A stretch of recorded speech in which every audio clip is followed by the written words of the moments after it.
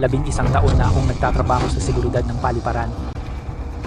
Nakita ko na ang mga nanay na nagtatago ng kontrabando sa mga lata ng gatas para sa sanggol.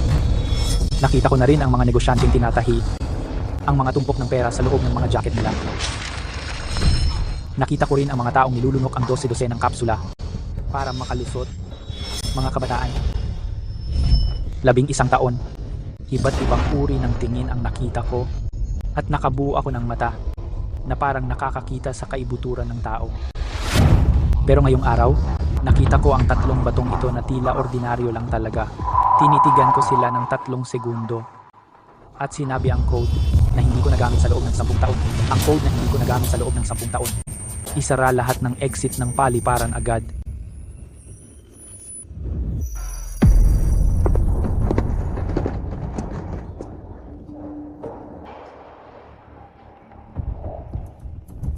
Isang estudyante galing sa Country H. Maligayang balik sa bahay. Salamat.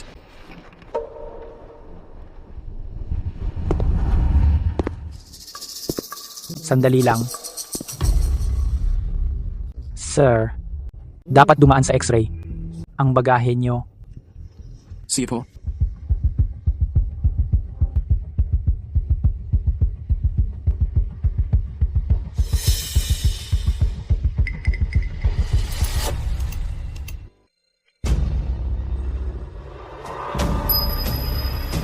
Tinatago niya ang kaba niya, pero bakit nga ba siya kinakabahan? Mukhang normal naman lahat. Wala namang kahina-hinalang gamit.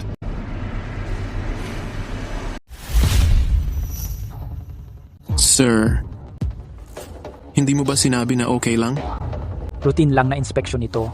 Paki-cooperate na lang po. Buksan mo ang maleta. Sige po. Pinakita na ng x-ray na okay lang. OA naman ito. Nagpapahirap lang talaga sila, no? Bilisan nyo naman. Nagmamamadali kami. Guys, pakiantay lang. Routine check lang po ito. Saglit lang ito, tapos din agad.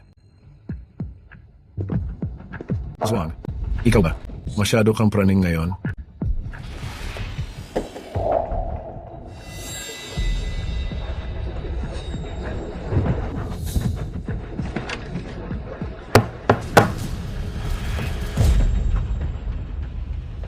Buksan mo. Ha? Yung tagong compartment. Pre, Hindi ko alam na may tagong compartment yung maletang to. sinasabihan pa kita uli. Buksan mo yan. Totoo pong hindi ko alam.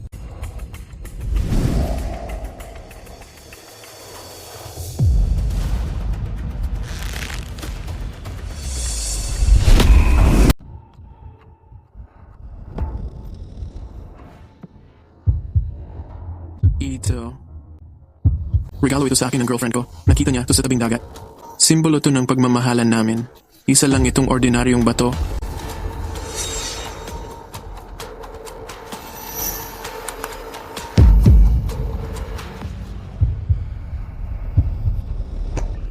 Istasyon ng inspeksyon 6. Matigas talaga ang bato. Kopya.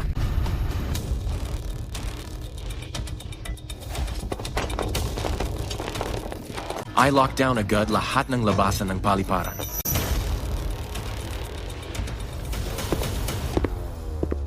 Lahat manatili sa pwesto. Huwag gagalaw. Martin Avery, anong lagay? Wyatt Collins, lalaki, suspect 3, 21 taong gulang. Nagbalik na estudyante mula sa bansang H. May mga kahina-hinalang gamit ba? Nasa maleta niya, 3 bato sa tagong kompartamento. Sigurado ka ba? Ito ba ang lihim na iniimbestigahan ng mga nakatataas? 100%. Ito si Jacob Elliott mula sa Customs ng Paliparan. Simulan ang Project Rock. Istasyon ng Inspection Anam, Terminal 3. Nakita na ang target. Humihingi kami ng team ng mga eksperto sa agham at mga kaugnay na departamento para sa agarang backup upang mapatima. Customs ng Paliparan. Galaw na. Oh, sir. Oo, naiintindihan ko.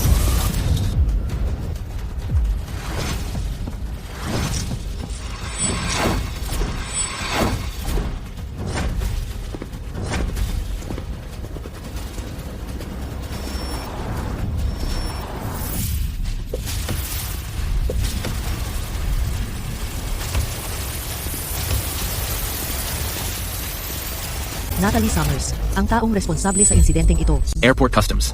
Jacob Elliott. Nasaan ang suspek at ang ebidensya? Ang suspek ay nasa kustodiya. Ang ebidensya ay nasa conference room. Binabantayan ito. Sino ang unang dumating sa eksena? Ako yun. Ikwento mo ang nangyari. Sa anong batayan mo napagpasyahan na ang tatlong karaniwang bato na ito ay target ng investigasyon natin at banta sa bansa? Angstang.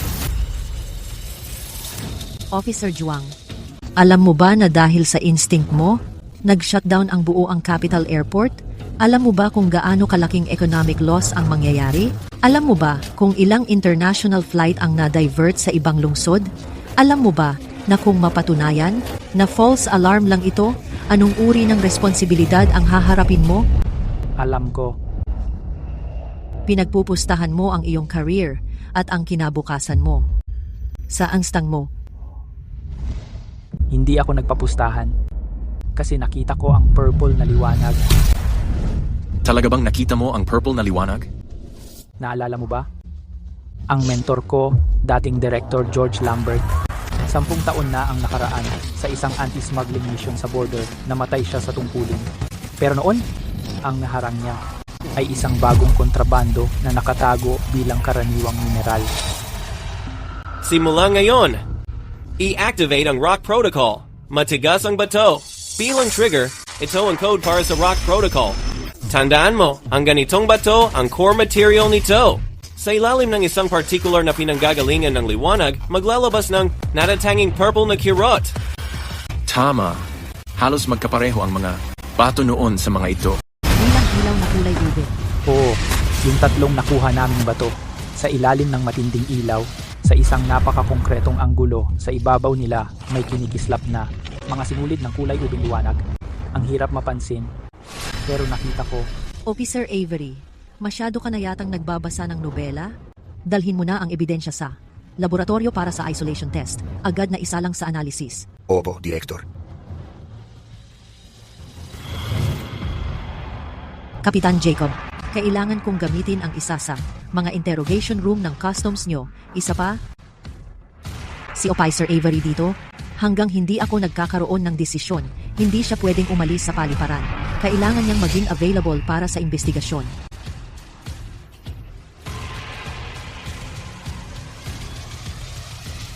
Martin, ikaw. Kapitan, isusumpa ko ang badge ko rito. 5 oras na buo, nagantay ako matapos ang interogasyon kay Wyatt Collins.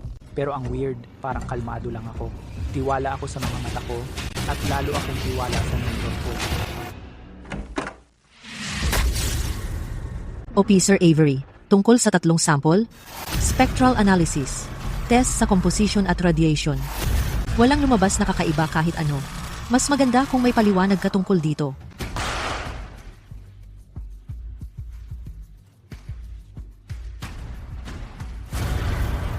Mga ordinaryong bato lang yan. Paano namang mangyayari yun? Ininterrogate ng team ko si Wyatt Collins ng 5 oras. Iisa lang kwento niya mula simula hanggang huli. Souvenir lang daw nung nag-aaral siya sa abroad at pumunta sila ng girlfriend niya sa dagat. Bigay raw yon ng girlfriend niya. Siguradong nagsisinungaling siya. Sinuri na namin ang social circle ni Wyatt Collins, pati background ng pamilya niya, binaliktad na namin lahat. Wala ka talagang maitatapon sa kanya? Sa ngayon, lahat ng ebidensya ay tumuturo sa isang bagay. Ikaw ang nagsisinungaling. Hindi ako.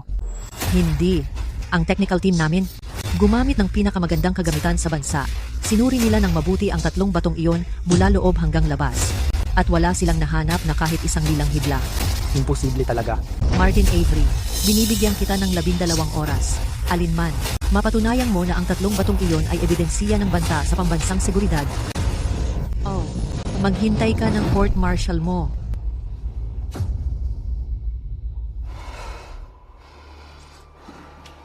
Imposible. Walang paraan. Klarong-klaro ko talagang nakita. Yung lilang ilaw. Eksaktong-eksakto iyon, gaya ng mga litrato mula sa internal briefing 10 taon na ang nakalipas. Saan ba talaga nagkamali?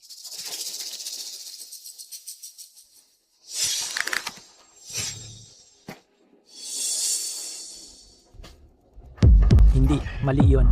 Nang nabuksan ko ang compartment at nakita ko ang mga bato, ramdam ko na sagad ang tensyon niya. Pero noong ginamit ko ang high intensity na ilaw, yung itsura niya, bukod sa takot, parang iba yung tingin niya. Iba rin ang mga mata niya. Alam ko na, nakahinga siya ng maluwag. Pero, bakit siya gumaan ang pakiramdam? Ilaw. Nakahinga siya ng maluwag dahil maling ilaw ang ginamit ko. Tama.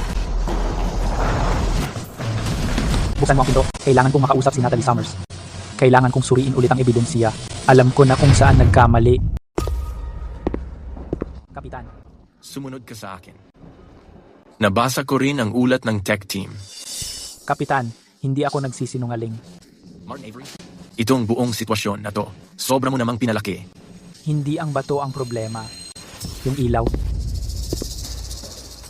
Anong ilaw? Noong nangyari yun sa mentor ko, nung internal na pagpupulong, may binanggit na partikular na linya sa ulat. Yung lilang kislap na yan. Hindi yan nakikita sa lahat ng liwanag. Hindi lang basta lumilitaw yan. Nagre-react lang yan sa isang sobrang espesipikong uri ng liwanag. Yung frequency band na yon, yun yung isa sa mga kakalalampas lang naming matest na tagumpay sa bansa natin. Lubos yung classified na optical frequency. Hindi na aabot ng standard testing. Equipment yung mga parameter na yan. Gaano ka kasigurado? 100%. Bibigyan kita ng isa pang pagkakataon.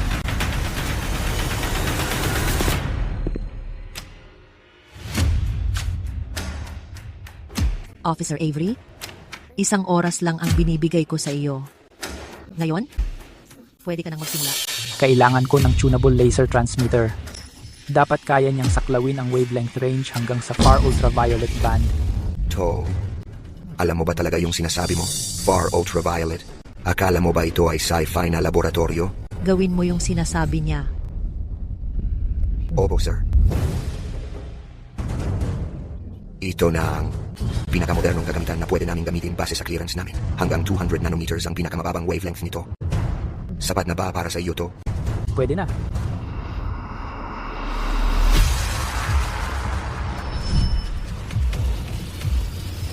Patayin lahat ng ilaw sa testing room. I-switch sa blackout mode.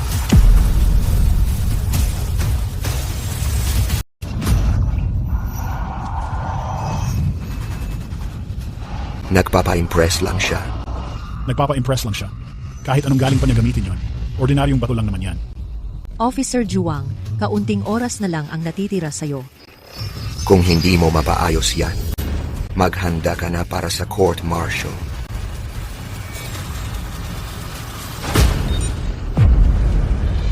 Grabe. Ano to?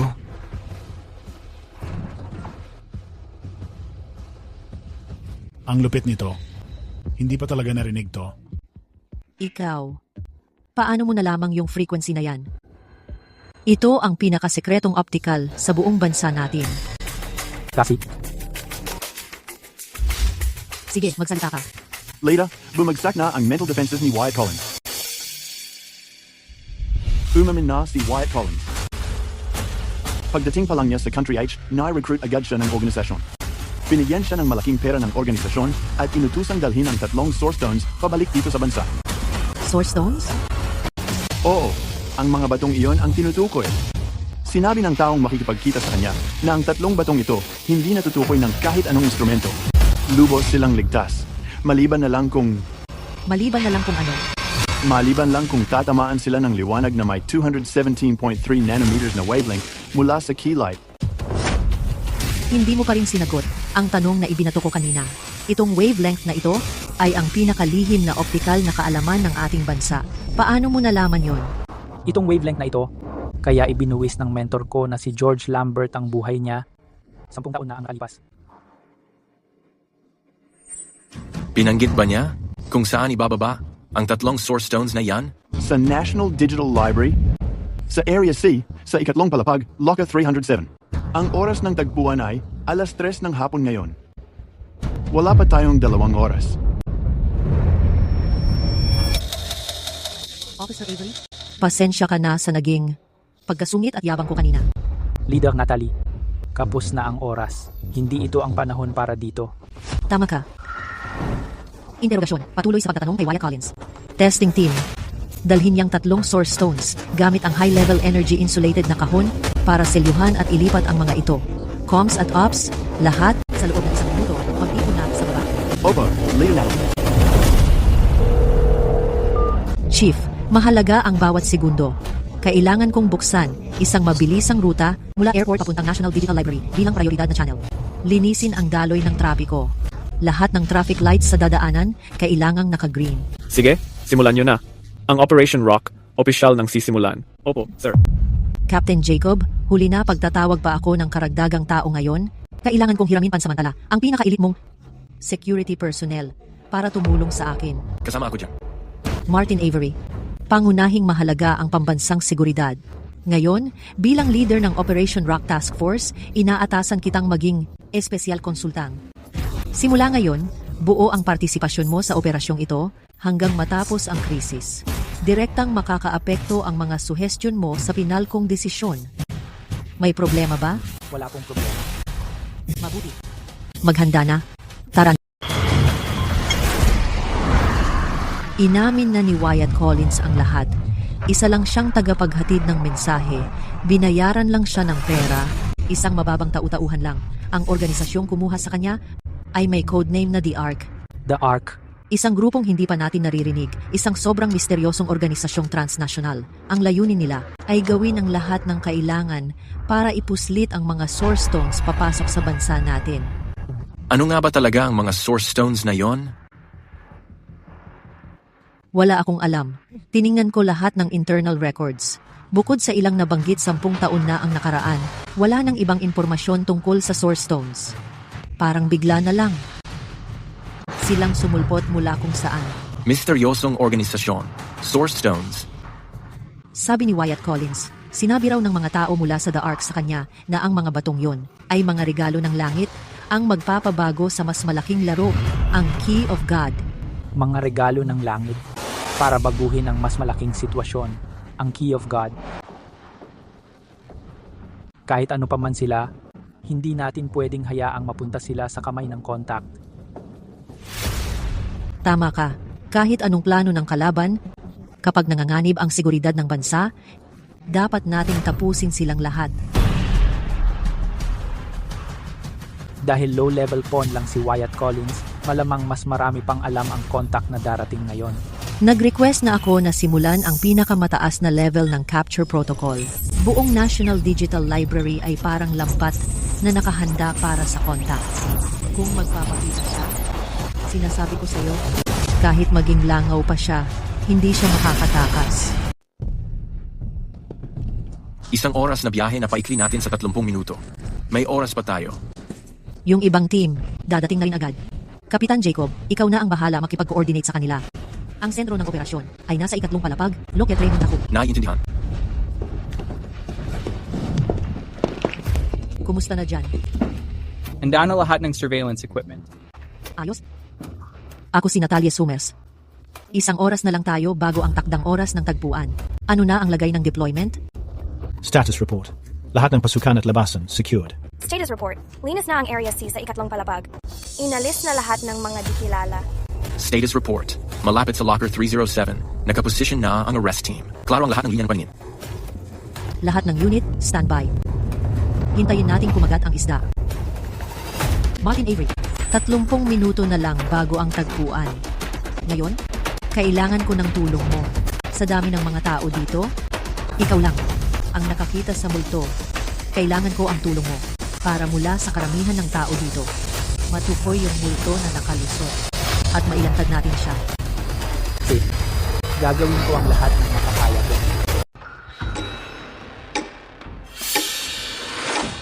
15 minuto na lang ang natitira. Bakit hindi pa siya dumarating? 5 minuto na lang. Tapos na ang oras. Hindi pa rin lumalabas ang target. Lahat ng unit, laging maging alerto. Huwag magpakampante. Nasaan na ba talaga ang contact? Sa anong kapasidad? Siya magpapakita? Baka hindi talaga siya darating ng personal. Sa halip, magkokontrol siya mula sa malayo ng isang walang alam na sibilyan para tapusin ang palitan. Leader Natalie, posible bang hindi sila magpakita? Tahimik ka nga. Ang pagkakahuli kay Wyatt Collins nangyari mismo sa loob ng airport. Hindi talaga kumalat ang balita. Wala silang alam na ang tagapagdala nila, si Wyatt Collins, ay compromised na. Siguradong pupunta sila. Para sa isang profesional na intelligence agency, ang pagiging maagap ay pangunahing kinakailangan. Maliban na lang kung ang pagkakaintindi nila sa pagiging maagap at ang sa atin ay magkaiba pala. Kung ako ang contact, hindi ako sa mismong oras palihim na aakyat direkta sa ikatlong palapag. Masadong halata yun. Bago pa dumating ang oras, ako, bilang isang karaniwang mambabasa, papasok ako sa librarya, hanap ako ng tahimik na sulok, upo ako, at magbabasa. Parang patak ng tubig na sumasama sa dagat. Pag sigurado na akong ligtas talaga ang paligid, saka lang ako tahimik, pupunta sa tagpuan. So, nandito nga siya sa building na to. Pero paano natin siya mahahanap? Iset lahat ng camera feed sa 250. Itaon ang paghahanap sa pagitan ng 2 hanggang 3. Para sa mga lalaking mag-isa lang. Bakit mga lalaking mag-isa at hindi babae? Hinala lang. Grabe ka naman, parang walang kwenta yan. Gawin ang sinabi niya. I-play sa 3x na bilis. I-zoom ang frame na to. Palakihin ang features ng mukha niya. Siya nga yan. Paandarin agad ang facial recognition. Gusto ko ang lahat ng impormasyon niya. Opo, sir. O yan na, Dr. Kurt Franklin, 52 taon na. Profesor ng German sa Xiaodu University. Tagapayo para sa PhD. Malinis ang background ng pamilya niya. At social connections. Ay malinis lahat. Walang kahina-hinala. Mayroon siyang pampalagyan na membership card ng National Digital Library. Linggo-linggo? 2 o 3 beses siyang pumupunta dito. Pareho lagi ang routine niya. Nasaan siya ngayon? Sa social science reading area sa ikalawang palapag, malapit sa row K. I-retrieve lahat ng footage simula nang pumasok siya sa library. Bawat galaw niya, kunin mo. Walang palalampasin ni 1 segundo. Hindi naman siya mukhang ganon. Kung ahente nga siya, sobrang niyang perfect ang pagpapanggap. Baka maging perfect nga ang pinakakahinaan niya. Sobrang kaduda-duda talaga siya. Anong masihan mo? Agent Wang, huwag mong sabihing intuition mo na naman yan. Hindi ito kutob lang. Yung mga kamay niya, ang pinaka-ebidensya. Kung professor talaga siya na laging nagbabasa, dapat ano ang itsura ng mga daliri niya? Dahil lagi niyang binubuklat ang mga pahina, dapat may manipis at makinis na kalyo, ang dulong bahagi ng hinlalaki at hintuturo, dahil sa matagalang paggalaw. Makinis na kalyo. Mula sa matagalang pagkiskis, pero halatang halata na parang hindi pa siya kailanman humawak ng totoong libro o madalas mag-ballpen, man lang. Tsaka, mahigit 20 minuto na siyang nakaupo doon at halos hindi siya nagbubuklat ng pahina. Lahat ng units, makinig. Itutok ang atensyon sa social science reading area sa 2nd floor, upuan katujulas. Target, Dr. Kurt Franklin. Kapag may narinig kayong kahit anong kilos, dakpin agad siya.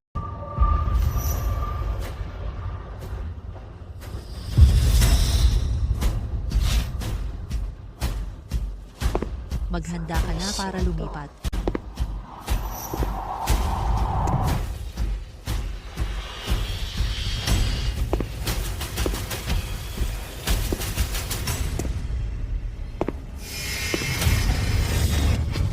So ask kung siya locker resource. Huli na rin ang isda.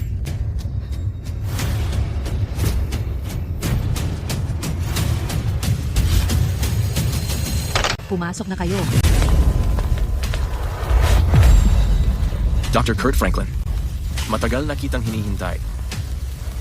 Dr. Kurt Franklin, ang bayan ang nagpalaki sa'yo. Ganito mo ba sinusuklian ang bayan? Ikaw. Customs sa Paliparan. Martin Avery.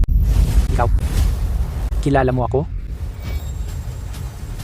Kaya mong i-check ang Source Stone. Asik, hindi ko inakala na sa bansang ito, bukod sa mga tagapagbantay at iyong mga matatanda, may isang pares ng mata na katulad ng sa iyo. Mukhang kailangan pang i-upgrade ang intelligence system ng ARC. Umamin ka na. Ang organisasyon? Ano ba talaga iyon? Ang ARC? Anong klaseng organisasyon ba ito? Siyasatin siya. Walang laman. Kapkapan mo.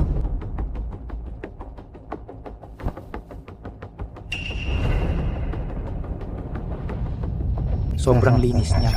Napakalinis. Hindi mo akalaing agent siya. Kunin lahat ng ebidensya. Dalhin siya sa interrogation room. Galaw na. Kapag tumingin ka sa bangin, titingin din ang bangin sa iyo. Anong ibig mong sabihin diyan? Martin Avery, maligayang pagdating sa totoong mundo. Ano ba talaga ang ibig mong sabihin? Dalhin siya. Anong sinabi niya? Sandali. Alam niyang nandito ako. Hindi siya pumunta para sa palitan. Simula pa lang nang pumasok siya sa library, ang target niya, ako, pati buong ito, bitag na kamatayan para lang sa akin. Martin Avery, ano ba talaga ang sinabi niya? Alam niya lahat tungkol sa plano natin. Sinadya niya talaga. Pumasok siya mismo sa patibong natin. Hindi nga siya nagbabalak pang mabuhay. Tama. Ingat ka. Magpapakamatay siya.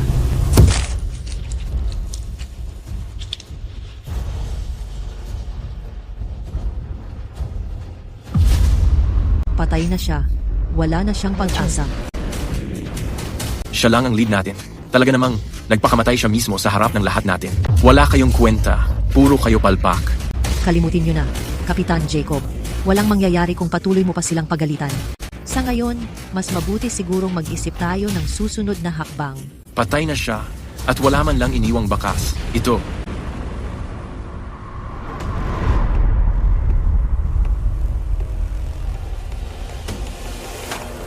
Kapag tumitig ka sa dilim, tititig din sa'yo ang dilim. Ang libro. Tingnan mo agad itong libro. Bilisan mo.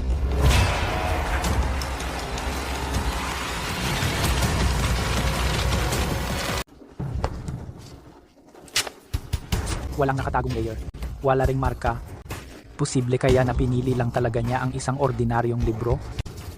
Imposible. Walang paraan na mangyari yon. Ito na yon. Hilaga. Silangan. Mga koordinado. Mga koordinado ito. Ipaalam agad sa tech team. I-track agad ang mga koordinado na to.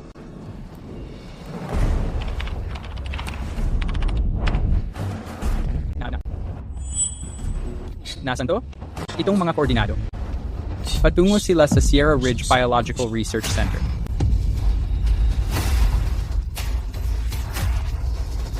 Leader Natalie. Yun ang Isang research facility na 10 taon nang abandonado. Isang sikretong base. Isa pa. Isa rin itong bawal na lugar. Ang bakas na iniwan ni Dr. Kurt Franklin? Patungo pala roon. isang sikretong ambase. Isang bawal na lugar. Mas komplikado ito, mas komplikado pa kaysa inakala ko. Martin Avery, Jacob Elliott, ang sasabihin ko ngayon, mas mabuti kung sa inyo lang ito. Naiintindihan nyo ba? 10 taon na ang nakaraan, ang base na ito, dahil sa isang biglaang aksidente, agad na ipinasara. At opisyal na idineklarang ganap ng abandonado.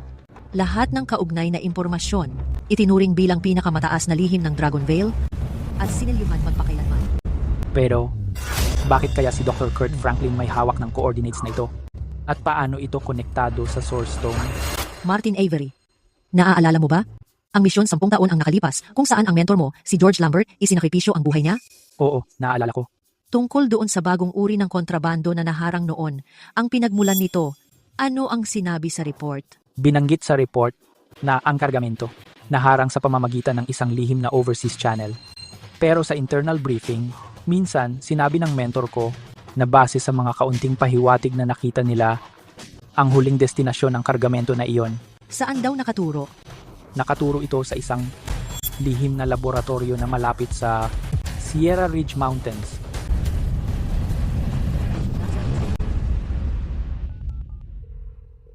Natalie, kumusta ang kalagayan? Pinuno ng Rock Task Force, Natalie Summers.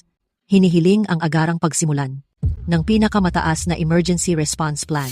Target, Sierra Ridge Biological Science Research Center. Natalie Summers?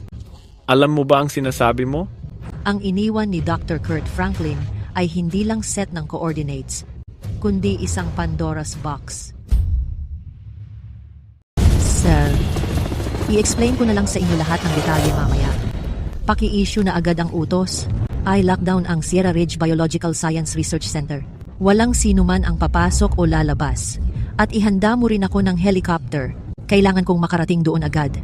Kung hindi, masyado na tayong mahuhuli. Sige, hihintayin ko ang paliwanag mo. Lahat ng data na may kinalaman sa center i-unlock na sa loob ng ilang segundo. Pagka-unlock, ipasa agad sa encrypted terminal ko. Opo, Leader Natalie. Martin Avery? Baka naipit na tayo sa isang gulo na lampas sa iniisip natin. Ang pagkamatay ni Dr. Kurt Franklin, hindi ito ang katapusan, kundi simula pa lang. Kapag tumitig ka sa kailaliman, titigan ka rin ng kailaliman pabalik. Martin Avery, maligayang pagdating. Essay, Tunay na Mundo. Ano ba talaga ang itinatago doon? Ang Origin Stone. Ang pagkamatay ng mentor ko? Ano ang kinalaman nun sa batong yon? Kahit ano pa ang mangyari, huhukayin ko lahat ng nasa likod nito.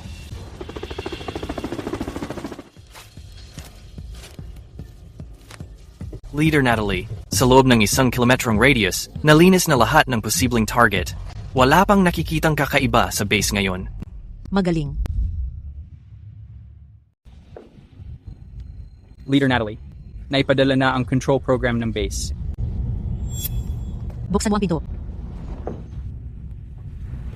Tapos na.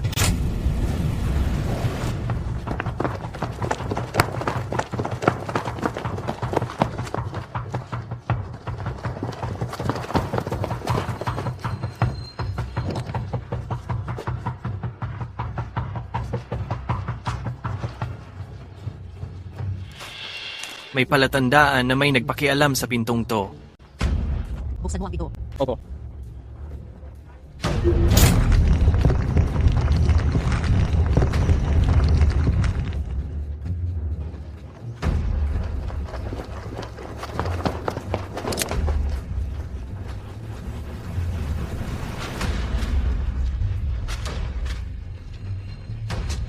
Ito. Ano ba talaga to? Ang bato ng pinagmulan. Ito ay buhay pala talaga ito. May mali. Sandali lang, may hindi tama.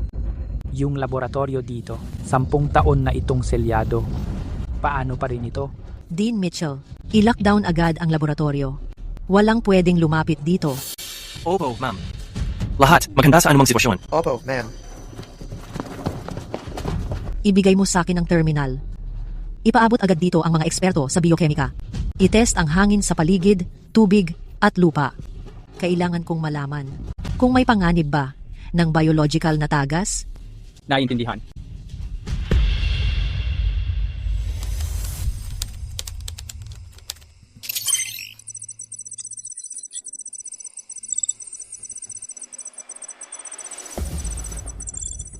Leader Natalie, nandito na ang mga resulta ng pagsusuri. Magulat ka. Ang hangin, tubig at lupa, normal lahat. Pero ang energy fluctuations sa laboratorio, sobrang taas. Parang isang matinding reactor nuclear na tuloy-tuloy ang paglabas ng enerhiya. Anong sabi mo? Isang source stone lang kayang maglabas ng ganoon kalaking enerhiya? Ngayon ko lang naintindihan. Ang grupo ni Dr. Kurt Franklin, hindi talaga sila pumunta dito para magnakaw ng 3 maliit na source stone na to. Dumating sila para buhayin itong malaking bato. Ito pala ang tunay nilang pakay mula pa simula. Ano ba talaga itong bagay na to? Parang may buhay siya. At taglay niya ang napakalaking enerhiya ng isang nuclear reactor. Ito.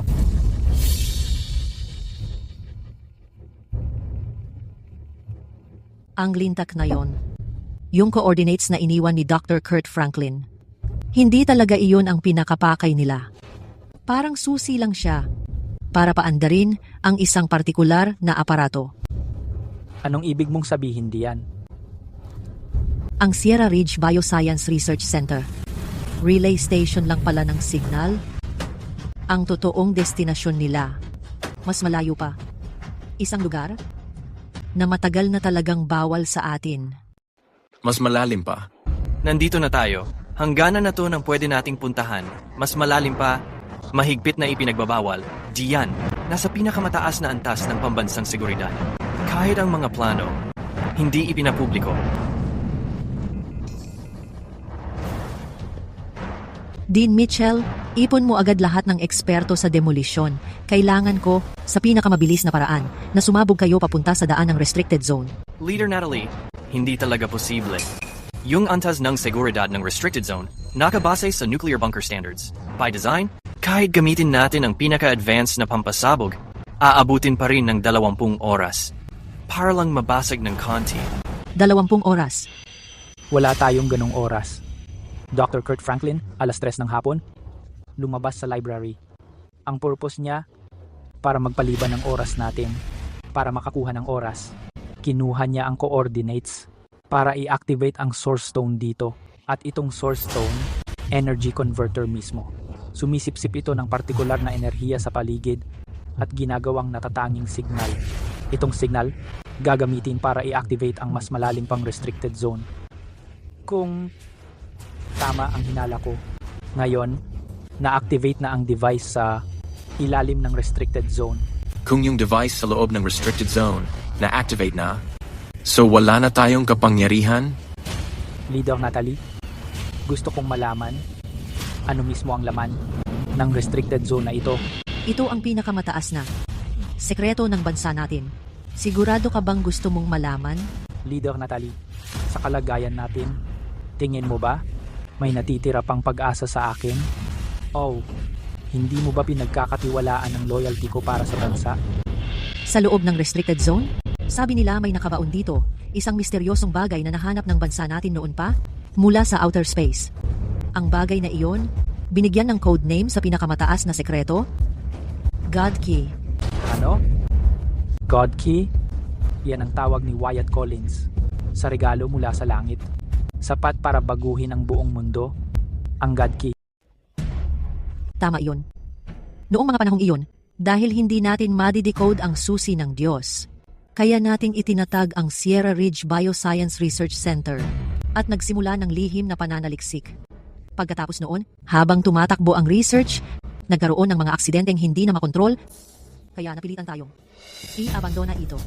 Ibig mong sabihin, hindi talaga gustong makuha ng ARC organization ang mga bato ng pinagmulan na ito.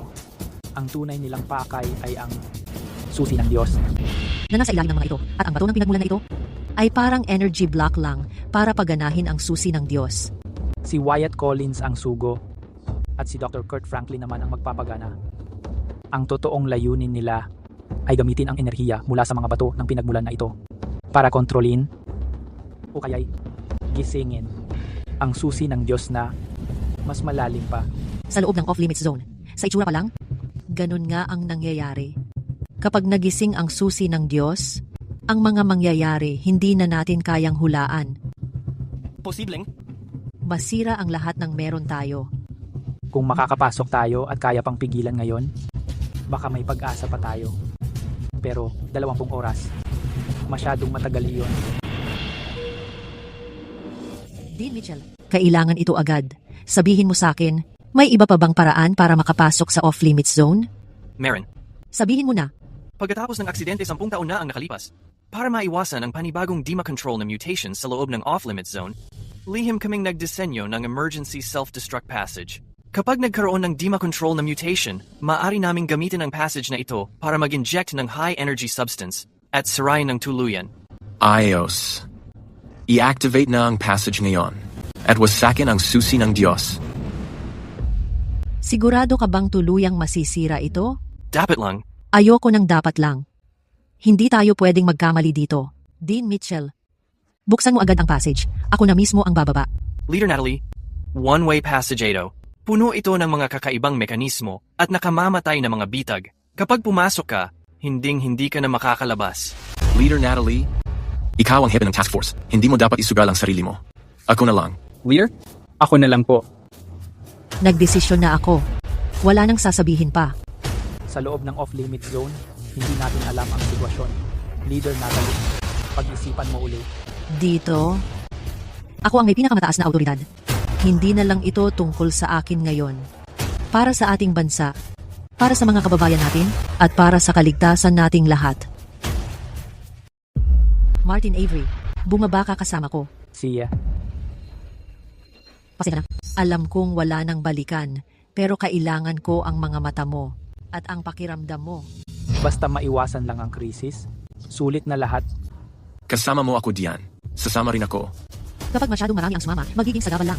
Maghanda na kayo para tumugon kung may emergency. Ikaw na ang mauna. Sumunod kayo sa akin.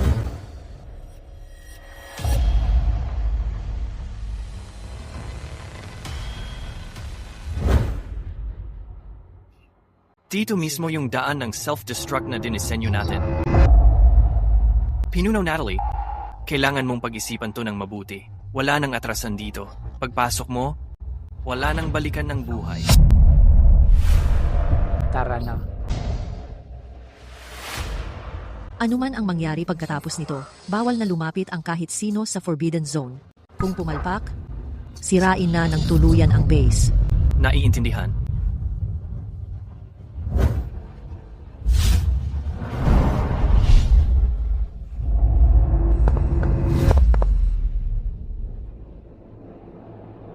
Dumikit ka lang sa akin. Kinakabahan ka ba? Oh, sobrang takot ko. Pero wala tayong choice kundi sumulong. Tigil muna. Bakit? Mayroon sa unahan. Hindi ko alam kung ano yon, pero nararamdaman ko. Delikado to. Sigurado ka ba? Sigurado ako. Sobrang lakas ng pakiramdam. Kung may panganib,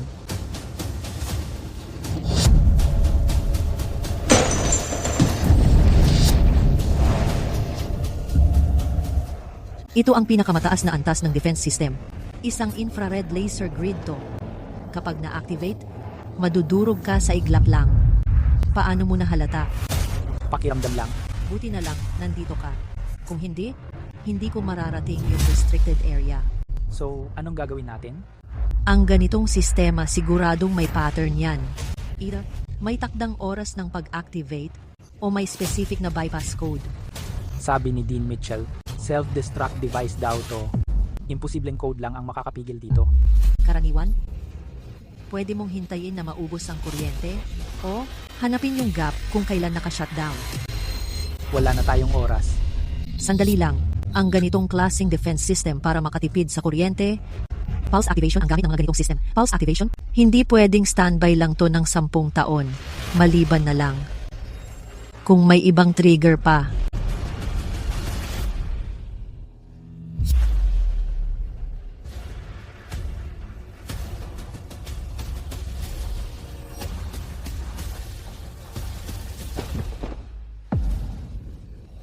Yun ang tunog pagpasok sa range nito.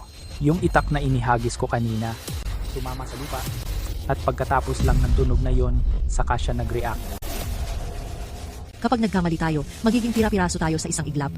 Mga 5 metro siguro ang layo. Ako na muna ang mauna.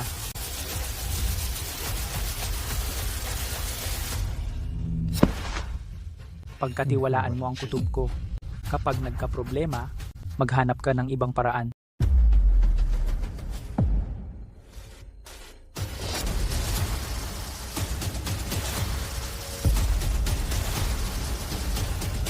Siyempre, hindi na-activate ang defense system.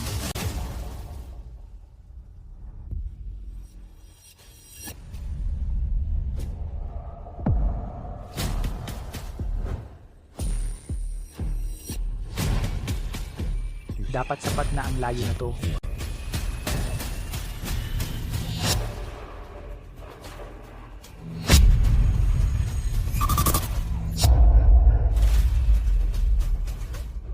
Hindi gumalaw ang mga laser. Siya ang gumawa nun. Totoong nagawa niya.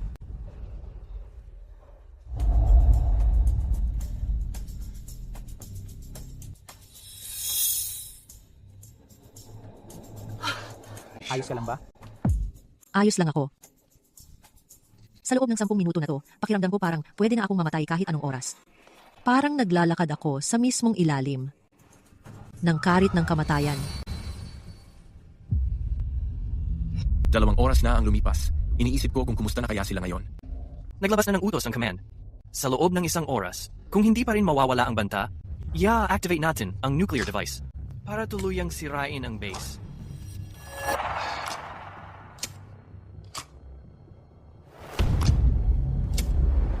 Nakarating din tayo sa wakas. Napakalakas ng dugo.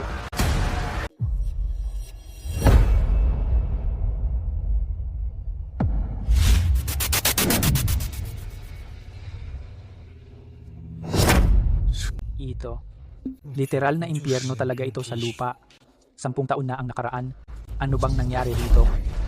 Sila ay lahat bahagi ng Sierra Ridge Project bilang mga pangunahing researcher. Ang mentor ko, Professor Neil Barton, isa rin siya sa mga namuno na in charge sa project. Pagkatapos ng aksidente, idinagdag siya sa listahan ng nawawala, pero ako hindi ko talaga pinaniwalaan na mamamatay siya sa ganitong lugar. Leader Natalie, pakiramdam ko mas delikado pa itong lugar kaysa doon sa laser corridor. Pakiramdam ko may mga matang nakamasid sa atin. Pakiramdam ko, hindi na ako makakahinga.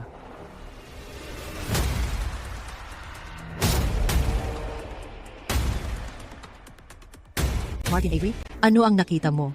Parang katulad lang ito ng source stone na nasabat sa airport customs. Pareho ang kulay ng mga filament sa loob.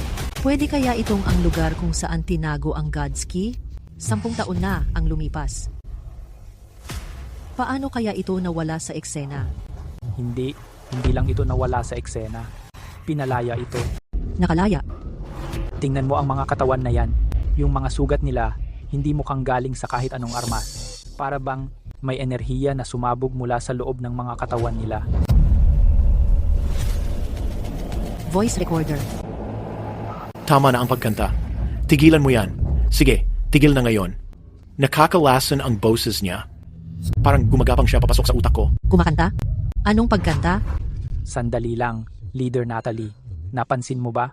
Mula nung pumasok tayo dito sa restricted zone, masyadong katahimikan. Wala man lang kahit tunog ng mga makina. Pati ano? Pati mismong tunog ng mga yapak natin parang nilamon na rin ng nakakabinging katahimikan na to. Ito.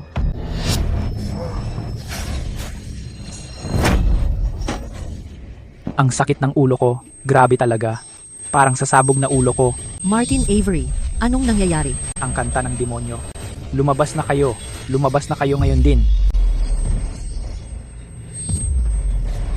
Tama na ang pagkanta. Itigil mo na yan, itigil mo na ngayon. Tumigil ka sa pagkanta, tama na. Huwag ka nang kumanta, tigil. Tama na. Hindi ko na talaga kaya.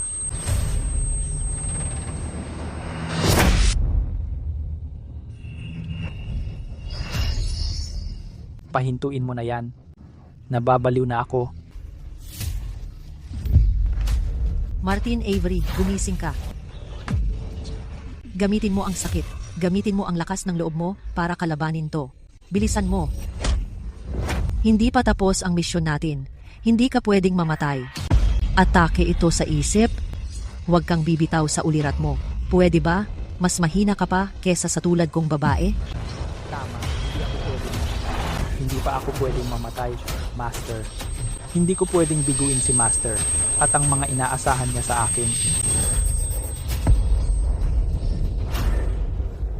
Hindi pa tapos ang misyon ko. Hindi pwede.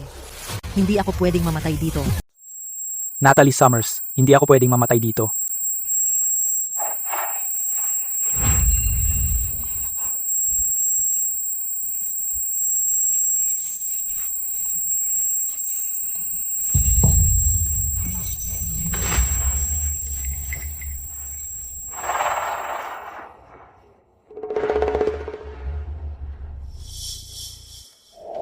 Ayos na ako ngayon.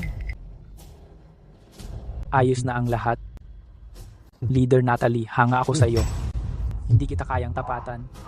kanina lang? Hawak ng kamay mo ang kamay ko. Nararamdaman ko. Ang init mula sa kamay mo na pumapasok sa katawan ko.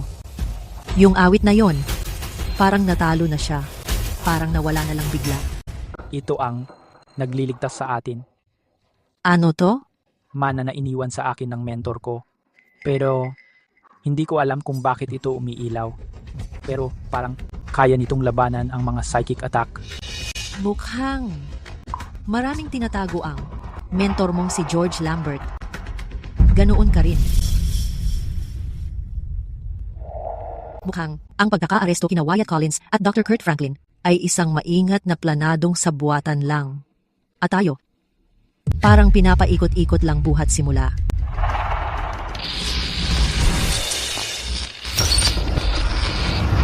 Ano ba tong bagay na to? Hindi ko alam. Basta, hindi ito maganda.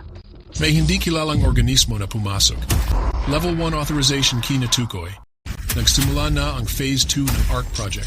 Tanggalin ang mga target. Linisin. Ang ARC Project.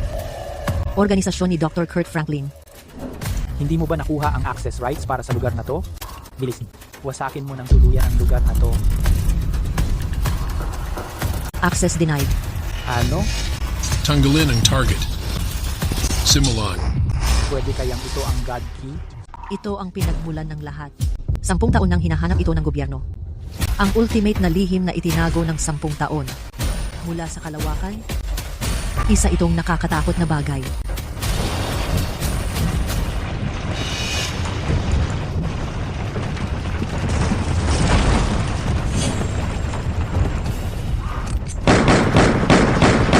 Magkubli? Walang silbi ang karaniwang sandata laban dito. Kailangan nating hanapin ang control core para mapatigil ito. Ang control core. Dapat nasa mismong kristal na yon.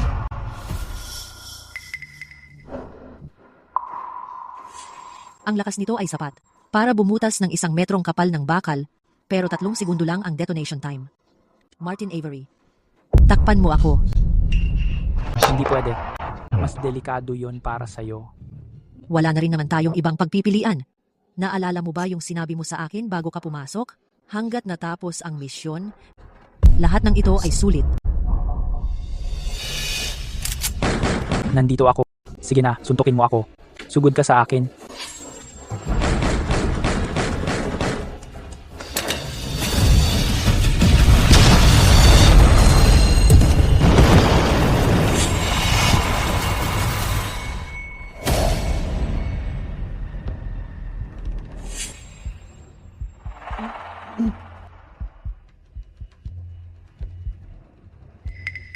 Buhay pa ako.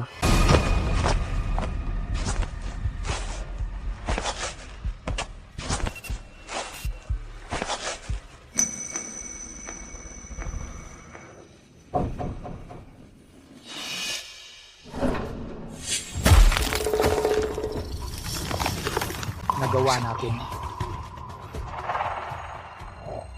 Natalie Summers. Natalie Summers, nasaan ka? Natalie Summers.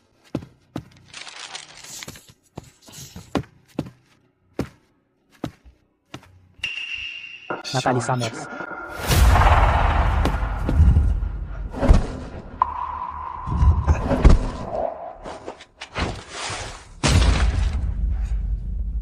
Natalie Summers.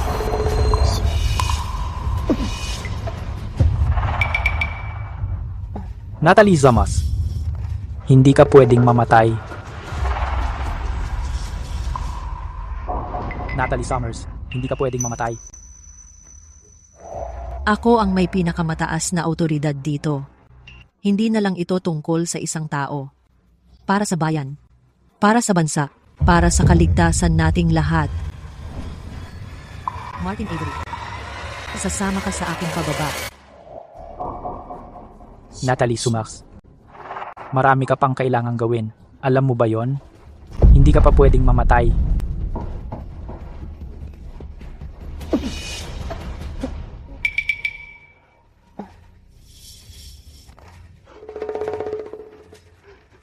Hindi ito guni-guni. Humihinga pa siya. Bagamat mahina, maaari pa siyang iligtas. Pero grabe ang mga sugat niya. Sa lugar na impyernong to, walang kagamitan. Paano ko siya ililigtas?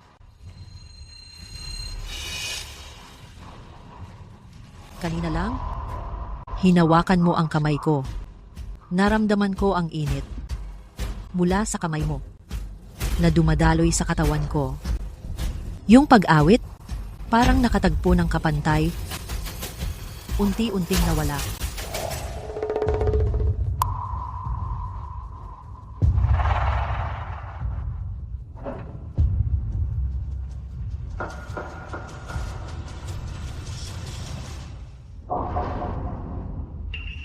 Totoo pala. Totoo palang gumana. Itong badge na to, ano nga ba talaga ito? Hindi lang ito napipigilan ng mga pag-atake sa isipan. Nakakagamot din ito ng mga sugat. Ayos na siguro ako ngayon. Master, ano kaya ang lihim na iniwan mo para sa akin?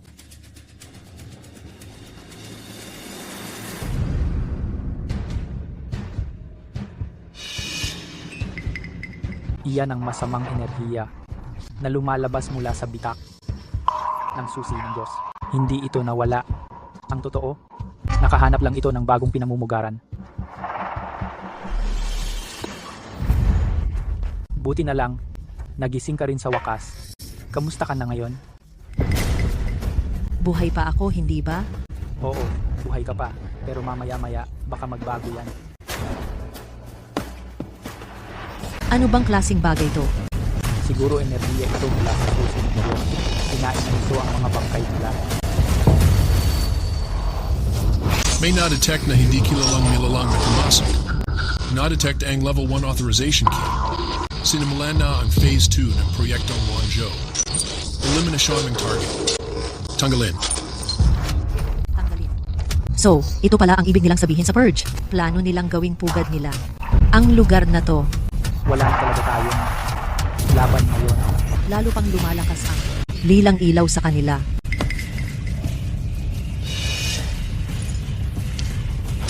Aatakehin nila tayo? Hintay, hindi nila tayo gustong atakihin. Gusto nila tayong baguhin. Hindi talaga pwede. Huwag kailanman hawakan iyang mga researcher na yan. Kung hindi, magiging halimaw rin tayo katulad nila. Tara na. Sarado ang labasan. Martin Iveri, ako na maglilinis ng dadaanan mo. Dapat mong i-report ang sitwasyong to. Sabihin mo sa kanila na maghanap ng ibang daan. Sama-sama tayong aalis o sama-sama tayong mamamatay. Kung may mauunang mamatay, hindi ikaw yon. Bakit ka umasta na parang babae? Ang daldal mo naman. Bitawan mo ako. Uy, teka lang. Naalala ko na. Nung hinahanap kita kanina, nakita ko yung blueprints ng lugar na to. Baka may isa pang labasan? Nahanap ko na. Heto, dito tayo ngayon. Sa ilalim natin, may 3 palapag pa. Ang zone para sa gene editing. Ang zone ng eco simulation. Ang high security zone. Ang core energy reactor. Ito, ang pinanggagalingan ng kuryente sa buong base. Ang self-destruct system. Itong mga blueprints, kailangan mailabas natin to. Doon lang magkakaroon ng sapat na oras ang bansa para makaresponde. Kung hindi, magkakakatastrophe talaga. Unahin muna nating makatakas. Tingnan mo, may nakatagong pinto dito. Ayun o.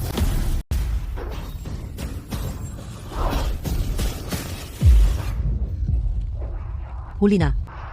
Hindi na makakatulong kung hanapin pa. Ngayon, talagang wala ng kalalabasan. Wala na tayong matatakasan. Sa ganitong sitwasyon, paano mo pa nagagawang tumawa? Kahit papaano, pare-pareho naman tayong mamamatay. Mas gusto kong mamatay na tumatawa kaysa mamatay na umiiyak. At least kahit paano, mas maganda tingnan. Ang problema, hindi na makakarating ang mensahe. Ginawa natin ang lahat ng makakaya natin. Isang karangalan ang mamatay. Kasama ka? Kasama ko, Mandilima. Kasama. Kahit magpakamatay tayo, hindi pa rin titigil ang pagpilit nilang isama tayo sa kanila. Talaga bang hindi nila kami bibigyan ng katahimikan kahit sa kamatayan?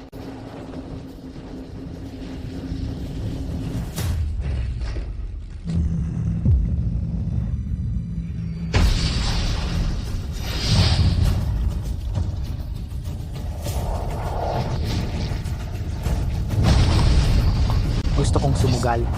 Paano? Taya ko. Itong bagay na iniwan sa akin ng mentor ko. Baka maligtas pa tayo ng isang beses.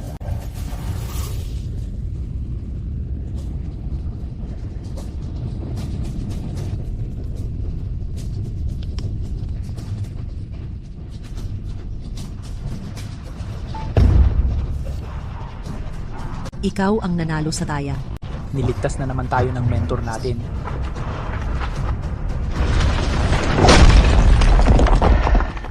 Tara na.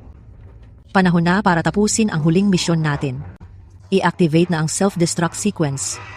Burahin na natin lahat ng nandito para hindi na talaga magkakaroon ng bakas. Mukhang ito ang lugar para sa gene editing. Walang kaso. Basta, pag nag-umpisa na ang self-destruct sequence, lahat ng nandito mawawala na.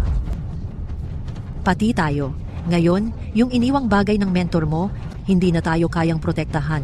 Basta, Kasama naman kita, ang dakilang leader Natalie. Hindi ako mag-isa. oh, tignan mo ito.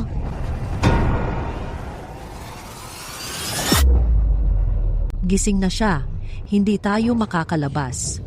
Ang tanging pag-asa natin nasa binhi. Protektahan mo. Iligtas mo ang huling liwanag ng sangkatauhan. Ito. Anong meron? Sulat kamay ito ng guro ko. George Lambert. Di ba namatay siya sa border? Medyo magulo pa utak ko ngayon. Ngayon ko lang na-realize. Kasama rin pala siya sa Sierra Ridge Project noon. Saksi rin siya sa aksidenteng iyon. Binhi. Liwanag. Pinaghihinalaan mo na yung binhi na sinabi ng guro mo. Ito yon? Hindi ko alam.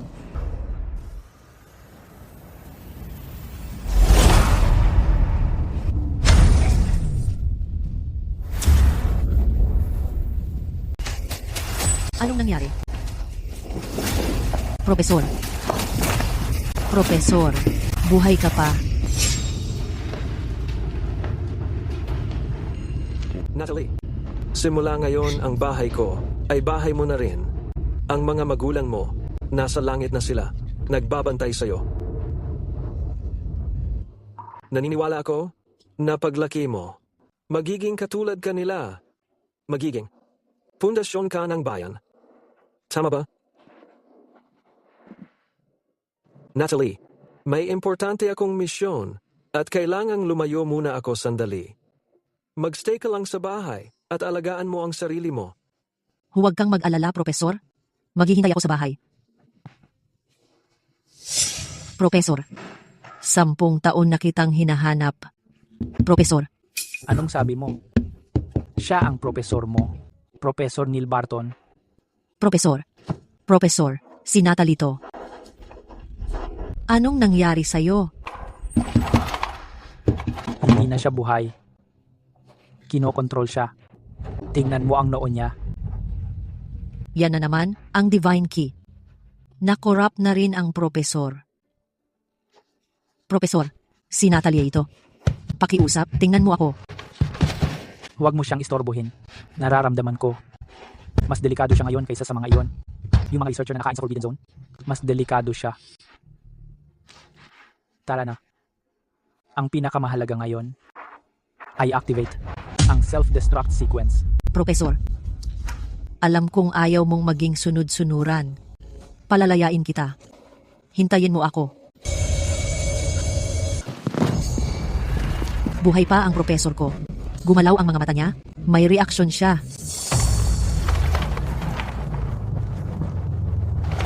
Anong sabi mo? Sinabi niya ang spark. Marunong akong magbasa ng labi. Ang tanging pag-asa, nasa buto. Protektahan mo yon. Protektahan mo ang sangkatauhan. Huling spark. Ang spark. Ibig mong sabihin, ito ang spark? Profesor. Nananatiling mulat pa rin ang profesor ko. Tama, profesor. Siguro, may gusto siyang ipahiwatig sa akin. Profesor, sandali lang profesor. Ang banal na susi ang kumokontrol sa kanya. Kailangan natin pumasok at tulungan siya. Profesor.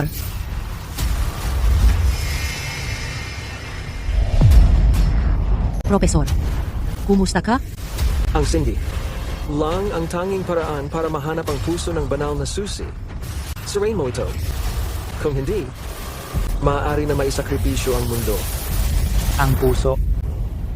Professor Neil, nasaan ang puso ng banal na susi? Sa ilalim. Professor Neil. Profesor. Martin Avery, iligtas mo siya, bilisan mo. Sobrang kontrolado na rin siya nito. Ang badge, wala nang silbi ngayon. Profesor. Natalie Summers, may hindi pa rin tayo natatapos na misyon.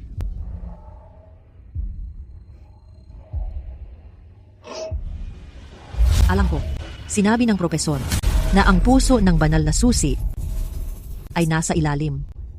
Kung tama ako, dapat ay nasa pinakailalim na palapag, ang pinaka-core ng energy reactor. Mauubos na ang oras natin. Palakas ng palakas ang reaksyon ng badge. Mukhang palapit na tayo sa puso ng banal na susi.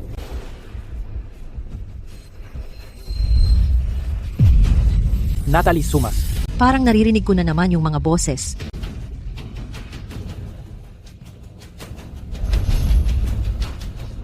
Kumusta na ngayon? Natalie Sumas. Pabulong silang nagsasalita. Ang bade. Dapat pinipigilan ng mga boses. Bakit hindi na gumagana? Posible bang ang badge ay naubusan na ng lakas? Sakripisyo. Muling pagkabuhay. Ang mundo. Mapupunta sa amin.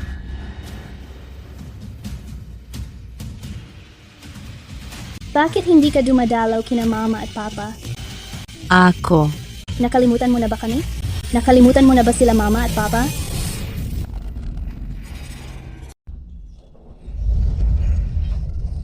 Isang bagong buhay. Ang mundo mapupunta sa atin?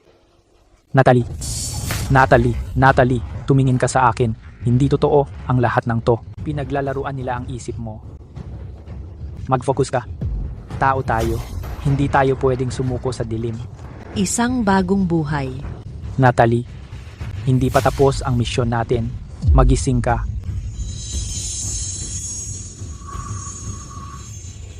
Ako si Natalie Summers.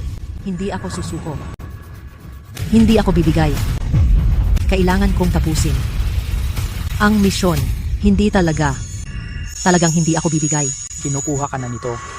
Sila, ginagawa kang isa sa kanila. Kailangan mong magpakatatag. Martin, bilisan mo. Patayin mo na ako ngayon. Hindi ako magiging sunod-sunuran sa kanila. Dalian mo.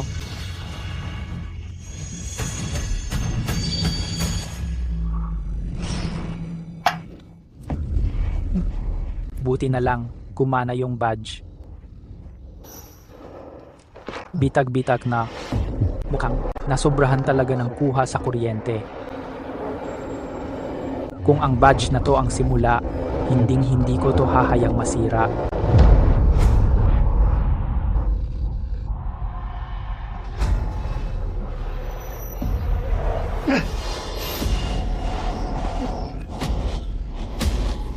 Tama na ang paglaban.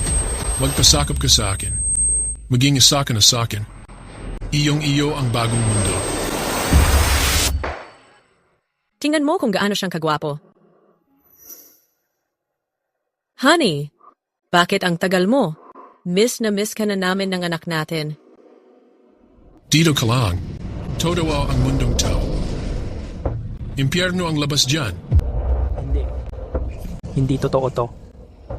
May misyon pa akong dapat tapusin. Hindi ako pwedeng tumigil ngayon. Hindi. Hindi ako papakontrol.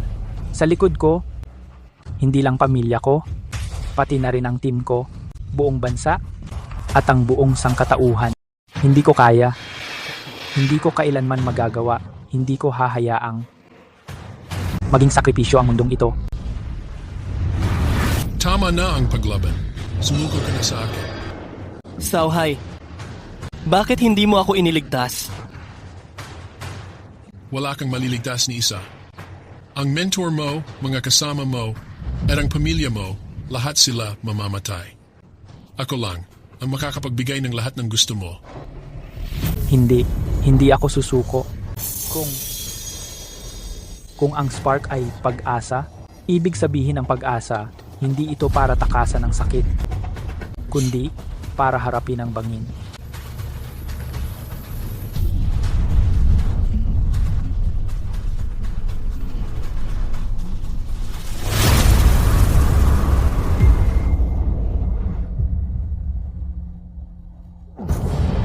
Sa wakas natagpuan ko na ang puso ng God Key.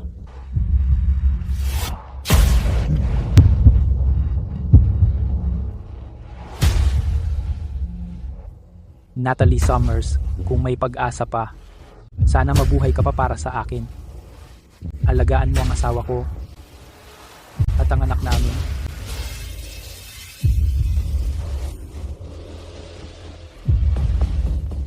Wala akong pakialam kung ano ka. Ngayon, mamamatay ka.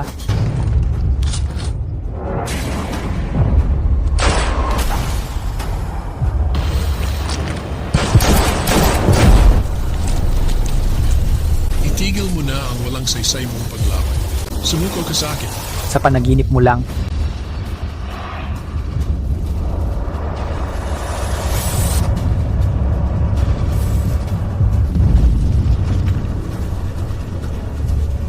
Spark, ang tanging daan para mahanap ang puso ng God Key. Wasakin mo ito? O ang mundo ang magiging sakripisyo? Tama. Ang spark. Ang spark ang makakawasak nito. Ikaw lang ang natitira kong pag-asa. At ikaw lang din ang pag-asa ng mundo. Kayo naman, hindi niyo ako mapipigilan.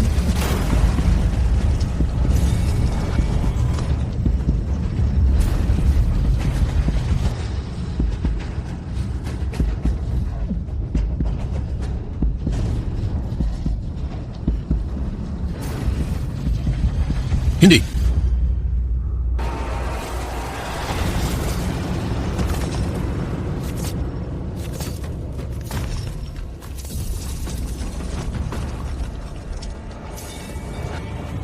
Nagawa natin.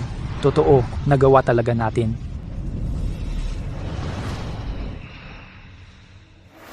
Hindi na lang ito tungkol sa akin. Para sa bayan natin, para sa bansa natin, para sa kaligtasan nating lahat. Pasensya na. Alam kong wala nang balikan, pero kailangan ko ang mga mata mo at ang pakiramdam mo.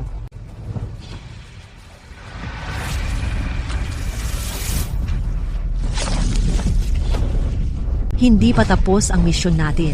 Hindi tayo pwedeng mamatay. Isa itong ataking si Kiko. Bantayan mo ang isip mo. Mas mahina ka ba talaga kaysa sa babae? Ako si Natalie Summers. Hinding-hindi ko gagawin. Martin, bilisan mo. Patayin mo na ako ngayon. Ayoko maging tau-tauhan. Bilis. Pat na ko. Tapos na ang misyon natin.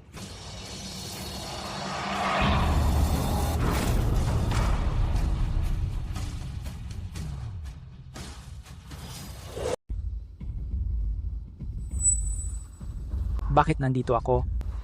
Hindi ba patay na ako? Siguro, itong kadilimang ito ang huling hantungan ng kamatayan.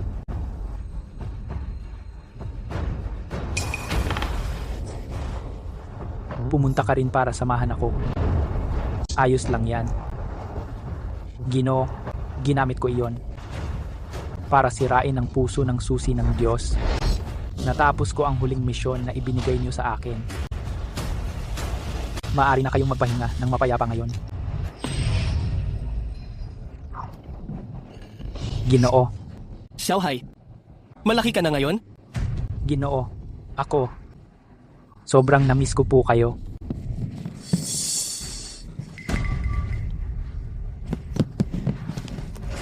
Anak, ang galing ng ginawa mo. Ginoo.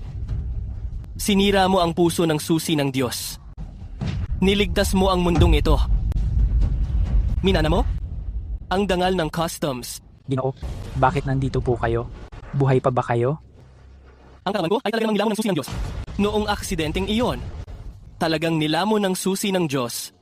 Ang malay ko, naipit rin dito ng 10 taon. Pero ang kaluluwa ko at ang katapatan ko sa bansa ay naging isa kasama nitong badge na ito. Ibig niyong sabihin? Itong liwanag?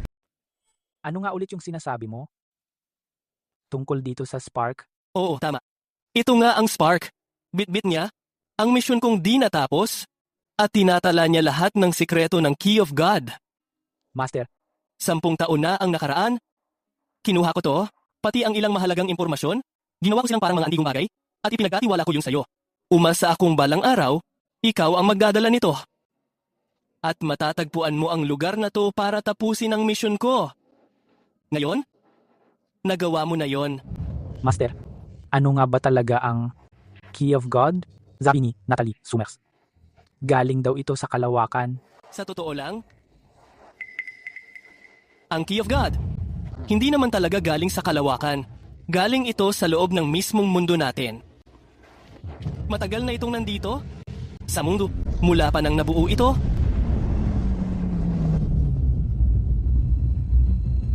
Pwede mo siyang tawaging gaya, ang immune system ng mundo. Immune system? Para sa mundo. Ano tayo, mga tao?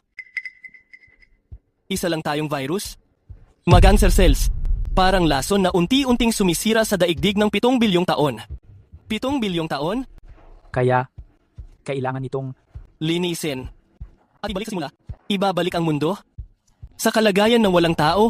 Parang chemotherapy lang. Alam ngang art ang katotohanan. Oo nga. Pero naloko sila. Mag-aalay para makamit ang walang hanggang buhay. Iniisip nila sila ang magiging binhi ng panibagong mundo. Mga baliw? Hindi. Sobrang normal nila. Yan ang totoong nakakatakot. Hindi sila kinokontrol, kundi napapaniwala sila pagkatapos nadiskubre ni Professor Neil Barton ang totoong layunin ng Key of God. Pero napasama ang kalooban niya. Ginamit niya ang natitira niyang katinuan para dalhin ang Key of God malalim sa ilalim ng lupa, umaasa na gamit ang enerhiya ng reaktor. Masisira niya yun ng tuluyan kahit na matagumpay niyang nadala pababa ang Key of God. Kapalit nito ay nagpatuloy ang kanyang pagkasira. Ang dahilan kung bakit natin nahanap ang sentro ng Key of God, dahil yon kay Professor Neil, sa huling lakas ng loob niya. Sinabi niya sa akin. Isa siyang bayani. Ginagamit niya ang natitira niyang kamalayan para labanan ang kasamaan ng Key of Gods at panatilihin ang kapayapaan sa mundo. Simula nang masira ang sentro ng Key of God, paano naman si Professor Neil? Malaya na siya ngayon. Ayos yan. Xiaohai, nagawa mo kung ano ang hindi ko nagawa noon. Niligtas mo ang mundo. Sobrang proud ako sa'yo. Master, ikaw at si Professor Neil ang nagpoprotekta sa mundong ito. Kayo ang tunay na mga bayani. Master, tapos na ang misyon ko. Panahon na para tuluyan nang mawala sa eksena. Hindi. Master, huwag kang umalis. Xiaohai, tandaan mo ito. Itong badge, simbolo ito ng pag-asa. Ito ang diwa ng customs, ang paninindigan na magprotekta. Master, pahinga ka na ng mapayapa. Hindi kita bibiguin.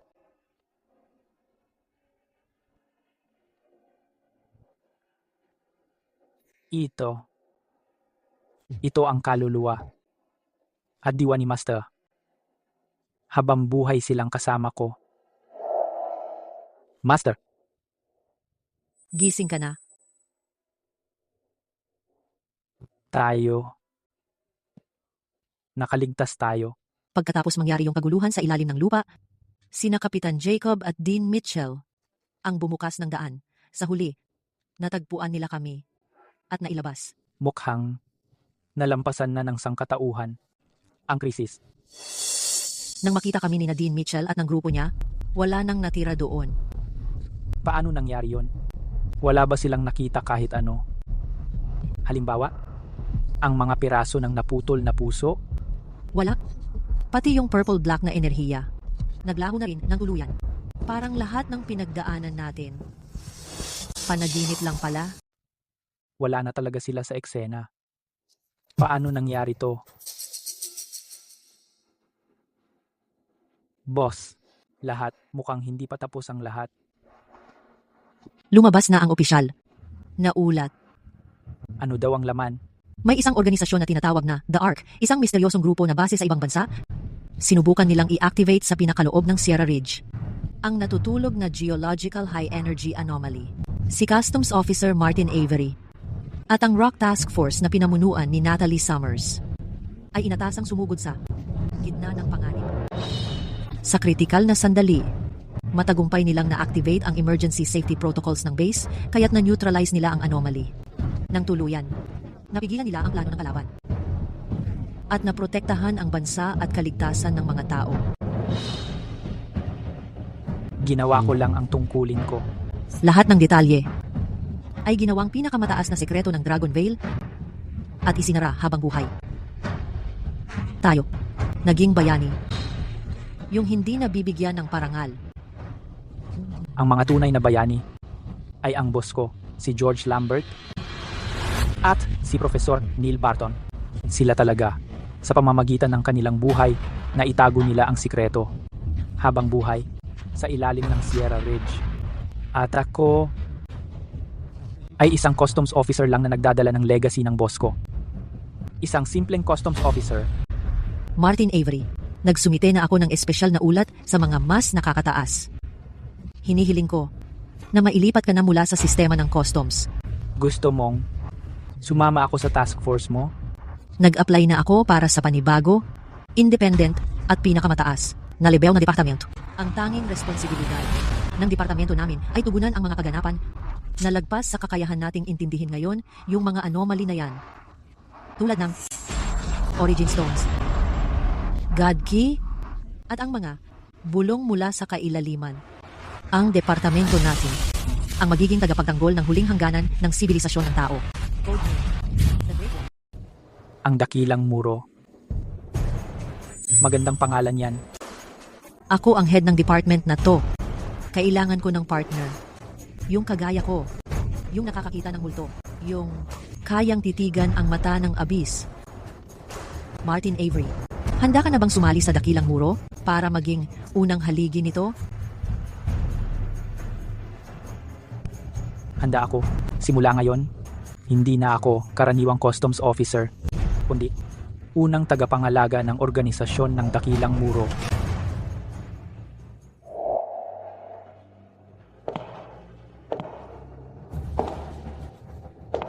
Ang labanan ko, hindi na sa border, kundi sa di kilalang madilim na bangin. Para sa pambansang seguridad at sa kinabukasan ng sangkatauhan, hindi kami magdadalawang isip.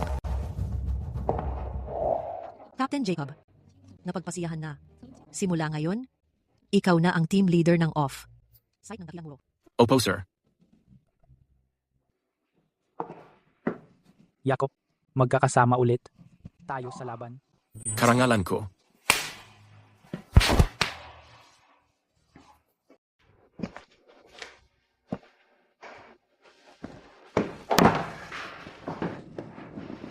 Hon.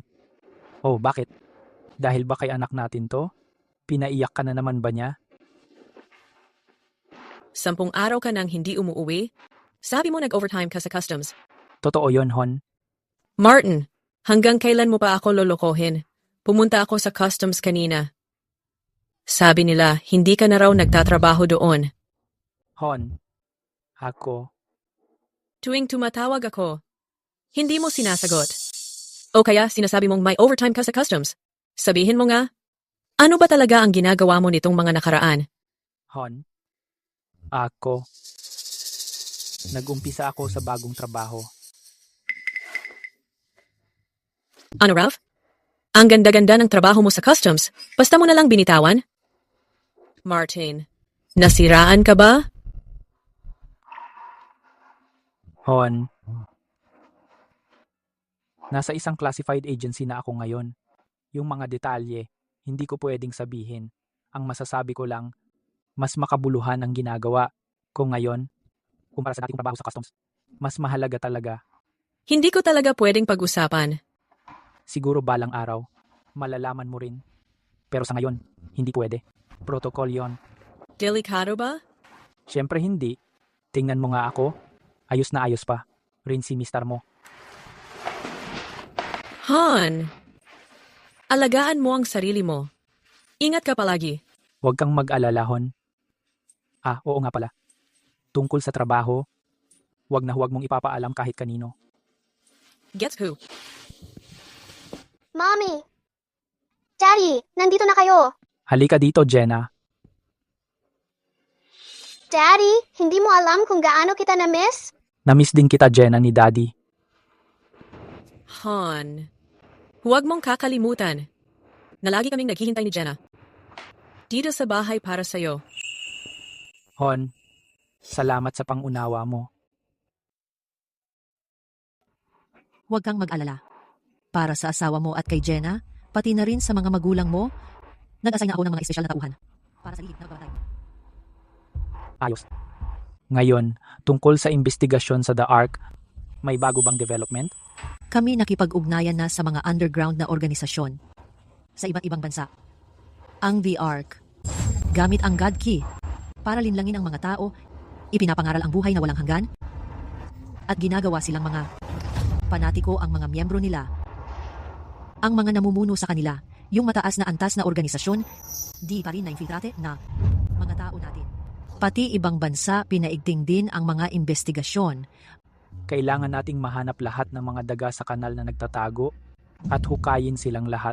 Pagkatapos ng misyon sa Forbidden Zone, naglaho ang The Ark. Pero sigurado ako, hindi sila basta-basta titigil.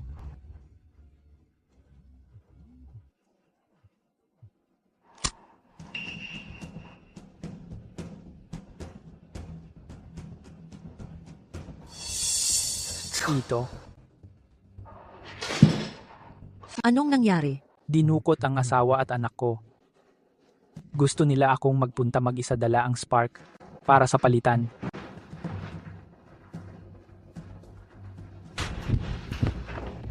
Martin, may mali. Yung mga tao na naka-assign para protektahan ang pamilya mo sabay-sabay na wala ng contact.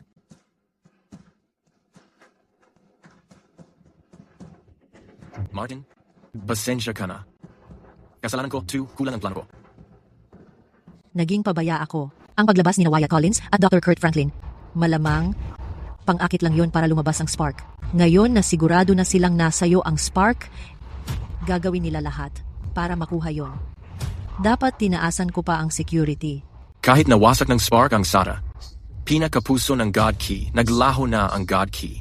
At ang Spark ang natatanging gamit para labanan ang God Key. Kung mapunta sa kanila ang Spark, wala na tayong laban. Jacob, i-pull up mo agad lahat ng surveillance footage. Alamin natin kung paano nangyari ang pagdukot. Identify natin ang target. At gumawa ng plano para sagipin sila. Opo, sir. Ay, teka. Random lang pinili yung mga miyembro ng protection team. Sakto. Ilang tao lang ba ang nakakaalam ng eksaktong location? Ako. Si Leader Natalie.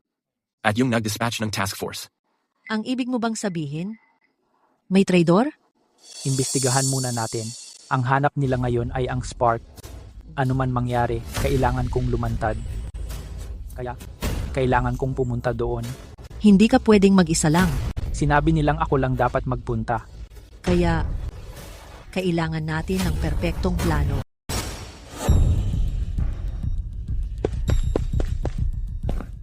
Tatay, tulungan mo ako. Tatay. Jenna, hawak kita. Nandito ako. Umalis ka na lang. Bobby. Kahit tanga alam yan, hindi talaga tayo palalayain dito. Bakit ka pa pumunta? Kunin lang nila gusto nila, tapos umalis. Tatay, natatakot ako.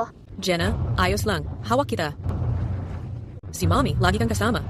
Jenna, hawak kita. At si tatay, dito lang kasama ninyong dalawa. Tama na. Tigilan nyo na yung drama. Martin Avery, ibigay mo ang spark. Para magsama-sama ulit ang pamilya mo. Hindi ko dinala ang spark dito. Kung hindi mo ibibigay, maniwala kang papatayin ko ang asawa at anak mo ngayon din. Eh di sabay-sabay na tayong mamatay. Ikaw. Kahit ibigay ko ang spark, hindi mo pa rin palalayain kami ng buhay mula dito. Tama ba? Kasi ang habol mo, hindi ang nakawin, kundi sirain ng tuluyan. Paano mo nalaman? Mula pa noong dinukot mo ang pamilya ko, kahit makuha mo ang spark, hindi mo ito mailalabas dito. Sirain ang spark at idamay ako. Sa pagkasira nito, yan talaga ang gusto mo, di ba? Matalino ka nga. Pero dahil hindi mo dinala ang spark, pwede ka nang mamatay ngayon. Hindi na kailangan pang mag-abala. Kung hindi ako nagkakamali, may mga pampasabog na nakalagay dito. Kapag dumating oras, sabay-sabay tayong lahat. Ang talino mo, tulad ng inaasahan sa may hawak ng fire seed. Boss, mukhang palpak na ang plano natin. Walang kaso. Masisira rin ang fire seed, kalooban ng Diyos. Hindi magbabago ang kahihinatnan. Handa na ang grupo na nasa direksyon ng hangin. Maghanda na tayo. Kahit ikamatay pa natin ngayong araw, kailangan nating masiguro ang kaligtasan ni Martin Avery at ng pamilya niya. Naiintindihan. Hindi ka sana pumunta. Pasensya na. Sa huli, nadamay ko pa rin kayo pati ang anak natin dito. Ang gusto nila, hindi ko kayang ibigay. Ang kaya ko lang gawin ay sumama't mamatay kasama ka. Jenna, huwag kang matakot. Nandito si Daddy lagi sa tabi mo. Ikaw. At ang mga taong kasama mo, sasabay sa akin sa pagbabalik sa bisig ng Diyos. Lumapit ka sa Diyos at magdasal.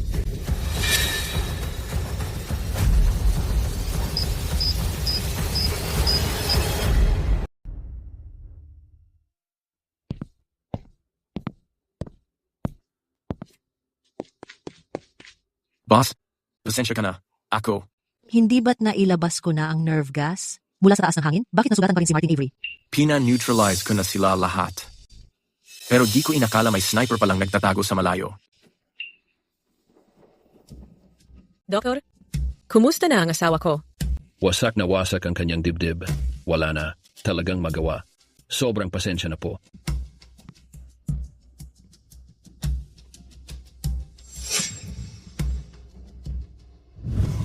Naalala ko sinabi ni Martin Avery na manipis na lang ang buhay ko at ang binhi ang nagligtas sa akin.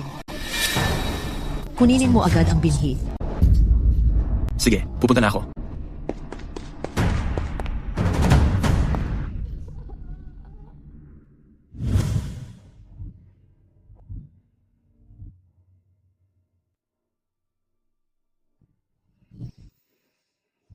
Lahat ng enerhiya nito napunta sa katawan mo, sakto lang para mailigtas ka. Ngayon, isa na lang itong karaniwang badge. Ang binhi. Wala na lang? Anong gagawin natin ngayon? Ang binhi nandito pa rin. Nag-merge na ito sa'yo. Ngayon, ikaw na ang binhi. Mula ngayon, ako na ang binhi. Asawa? Sinabi ni Leader Natalie, tinaasan niya na ang protection level natin ng todo. Poprotektahan ko ang anak natin. Di mo na kailangang mag-alala sa amin.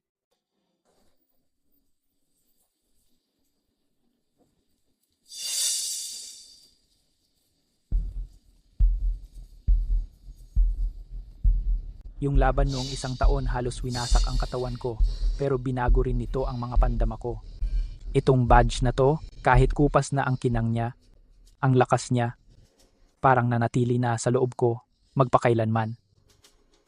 Pinaparamdam nito sa akin yung mga mula sa kailaliman, yung mga masamang enerhiya, yung mabagsik na presensya ng susi ng Diyos, na halos instinct na ng hayop ang dating.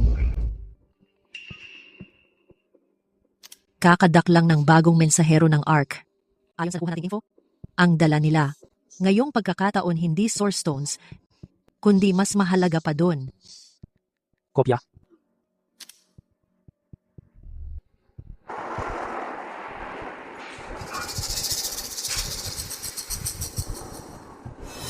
Yung presensya ng susi ng Diyos. Action team, maghanda na. Nandyan na ang target na sasakyan. Puting truck na pangkagamento. Laka, diyan ka ng bumabay. Gawin ang napaglantahan. Kopyang natanggap. Nasa tamang pwesto ng target. Maghanda na para sa galaw.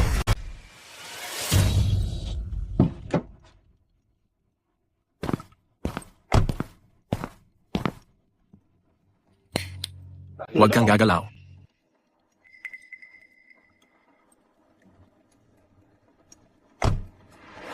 Ang pagbubunyag.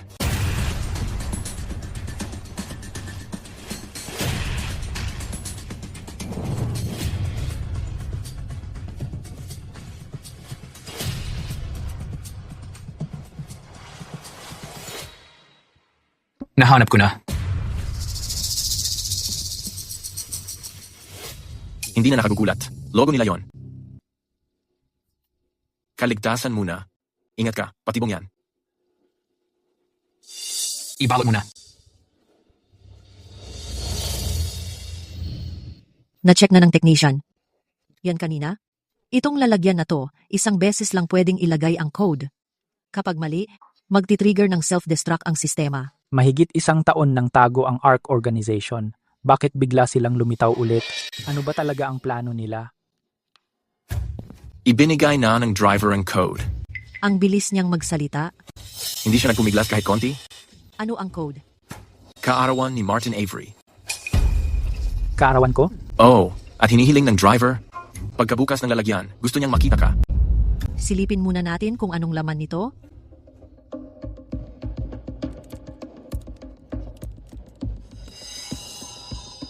Totoo nga, kaarawan ko. Buksan mo na.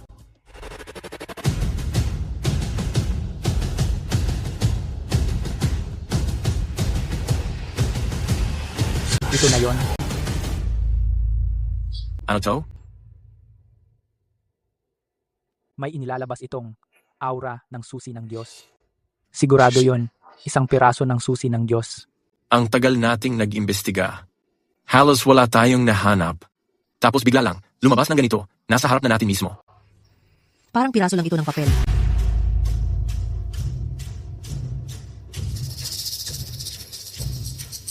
Patay na ang tagapagbantay.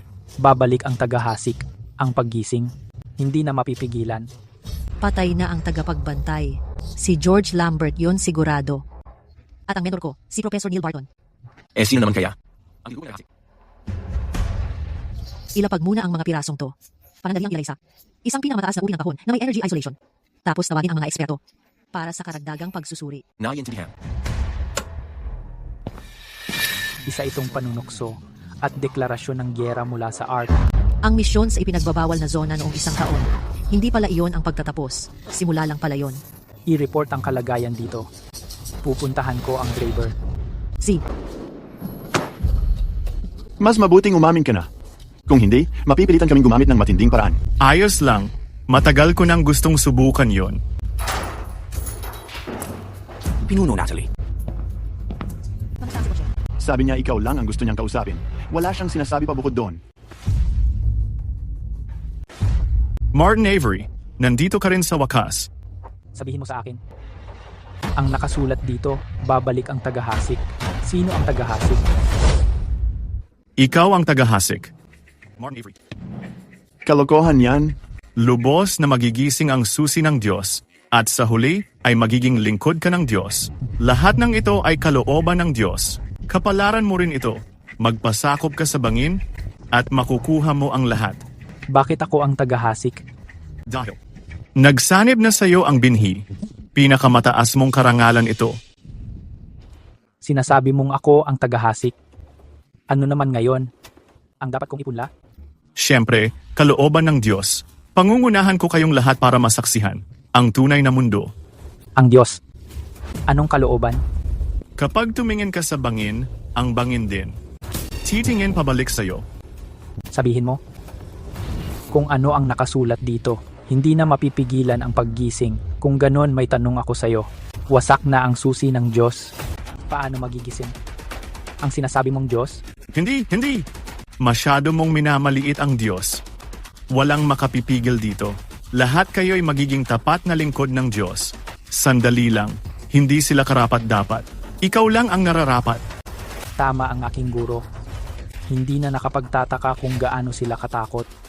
Martin Avery, maghanda kang tumanggap ng binyag ng Diyos. Sabi ng Diyos, sa huli babalik ako sa kanyang piling. Sa dulo, matatamo ko. Ang walang hanggang buhay. Bakit sa aking kaarawan? Dahil ikaw ang napili. Nang ibigay sa iyo ni George Lambert ang sindi 10 taon na ang nakalipas, noong iniabot niya yon, kasama ka na sa plano. Ang plano? Anong plano? Akala mo si George Lambert ang tagapagbantay? Hindi. Siya ang dating tagahasik. Ikaw ang pinili niya dahil estudyante ka niya, dahil sa iyong mga gene. Anong ibig mong sabihin? Hinahanap ng Cindy ang pinakaangkop na tagapagdala, kaya ikaw ang natagpuan ni George Lambert. Ang katawan mo, ang DNA mo, ay 100% tugma sa Cindy. Perfecto ito. Kaya pala, ako ay ginawa? Hindi. Likas ka. Ipinanganak ka para maging tagahasik. Ikaw naman? Ano ka naman? Ako? Ako ang gabay. Mission ko ay akayin ka, patungo sa tamang landas. Landas ng bahangin. Landas ng Diyos. Kung gayon, ang sinasabi sa sulat na ito, hindi na mapipigilan ang paggising. Anong ibig sabihin nito? Akala mo ba ang puso ng Diyos ay nasa Sierra Ridge lang? Hindi. 7 ang naroroon. Kahit isa lang ang magising, magkakaroon ng sagot ang iba. Ang pagkasira ng isa sa Sierra Ridge ay lalo pang nagpadali sa paggising ng natitira, parang paghugot lang ng saksakan. Mas bumibilis ang agos ng tubig. Lahat ng ginagawa mo ay tumutulong sa amin. Sinisira mo ang isang puso at napapaagang magising ang mga ito. Habang mas pinipilit mo, mas bumibilis ang paggising ng Diyos. Ikaw ang mensahero ng Diyos.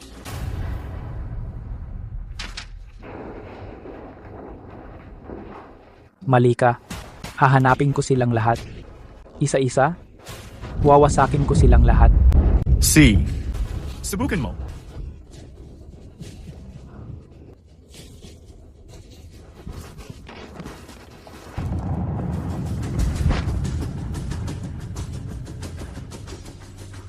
Pinuno Natalie.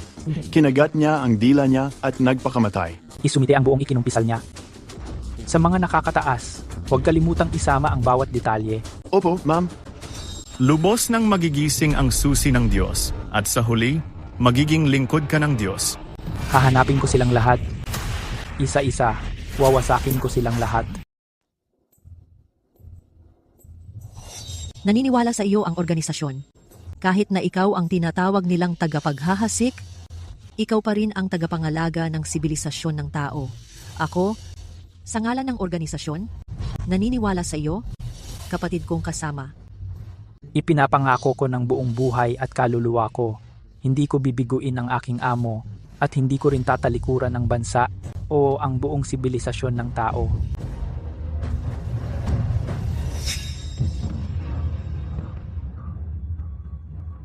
Nararamdaman ko ito, ang bahagyang kapangyarihan ng pag-iingat na nakatago sa loob ko. Nagsanib na ito sa aking dugo at kaluluwa. Bahagi na ito ng pagkatao ko. Ito ang huling proteksyon na iniwan sa akin ng aking amo at ang huling pag-asa para sa sibilisasyon ng tao.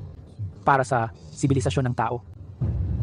Kahit na ako ang tagapaghahasik, ang misyon ko ay bantayan ang apoy na ito.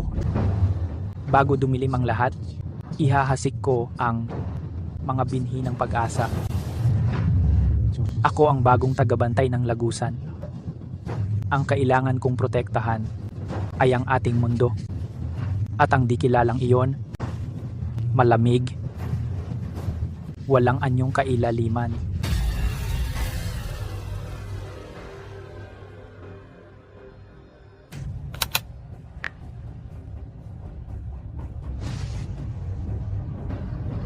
susunod na destinasyon ang kagubatan ng Amazon. Hindi lang iisa ang kapiraso ng susi ng Diyos at hindi lang iisa ang pugad ng Ark. Mahaba at malupit ang digmaang ito. Haharapin ko ang mas mahirap pang mga kalaban. Pagdaraanan ko ang mas matitinding panganib sa buhay at kamatayan. Posibleng mamatay ako sa isang di makilalang sulok ng mundo. Ang pangalan ko, ang mga nagawa ko, posibleng walang makatanda. Pero hindi ako natatakot at hindi ako aatras. Dahil ako ay isang tagapangalaga. Ako ang unang pundasyon ng dakilang pader. Ito ang kapalaran ko at ang aking karangalan. Kahit sino ka pa, kahit saan ka pa galing. Ako at ang mga kasama ko lalaban hanggang dulo, hanggang maglaho ang dilim, hanggang sa huling patak ng aming dugo para sa mundong ito at para sa bilyong-bilyong inosente sa likod namin. Ang kwento ko, kapapasimula pa lang.